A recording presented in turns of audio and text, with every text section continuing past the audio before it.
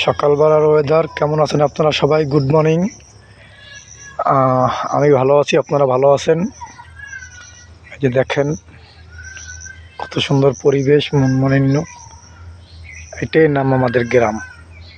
যাই হোক, যে কথা বলার জন্য আপনাদের মাঝে আসছি, টাকা টাকা নিয়ে একটা প্রশ্ন আমার মনে অনেক দিন থেকে প্রশ্ন করতেছে মনের ভিতরে, যে টাকার গায়ে লেখা আছে চাইবার সাথে দিতে বাধ্য থাকিবেন। এটা কিন্তু সরকারই লেখা দিচ্ছে, কিন্তু সরকার লেখা দেওয়ার সত্ত্বেও আমার কাছে 1000 টাকা, টাকাটা দুইটা খণ্ডভাবে চিরা ছিল। তা ওই টাকাটা নিয়ে আমি আমাদের স্থানীয় একটা এলাকায় বাজারে একটা ব্যাংক আছে, ওই ব্যাংকে গেছিলাম। ব্যাংকের নাম হলো সোনালী ব্যাংক।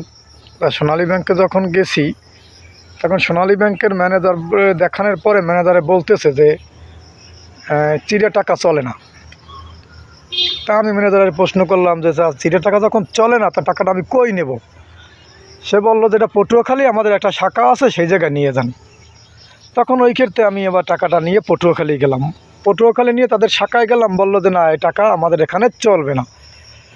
এরপরে আমি টাকাটা নিয়ে সোনালী ব্যাংক থেকে যখন ওই শাখায় যখন পাইলাম না, তখন টাকাটা নিয়ে আমি গেলাম ইসলামী ব্যাংকে। ইসলামী ব্যাংকে বললো যে না, এটা আমরা নিতে পারবো না, চিরা টাকা আমরা চালাইতে পারি না। এরপরে টাকাটা নিয়ে আমি ইসলামী ব্যাংকে গেলাম, সোনালী ব্যাংকে গেলাম, রূপালী ব্যাংকে গেলাম। যে কটা ব্যাংক আছে আমি প্রতিটি ব্যাংকেই গেছি। সবাই বলে যে না, চিরা টাকা এটা চালাইতে পারবো না, এ টাকা বাদ। যখন এই বাতের প্রশ্নটা করছে, তখন আমার মনে অনেক প্রশ্ন জাগছে। এটা পার্ট অন। দ্বিতীয় পার্টে আপনাদের বাকিটা আমি বলতেছি, অপেক্ষায় থাকেন।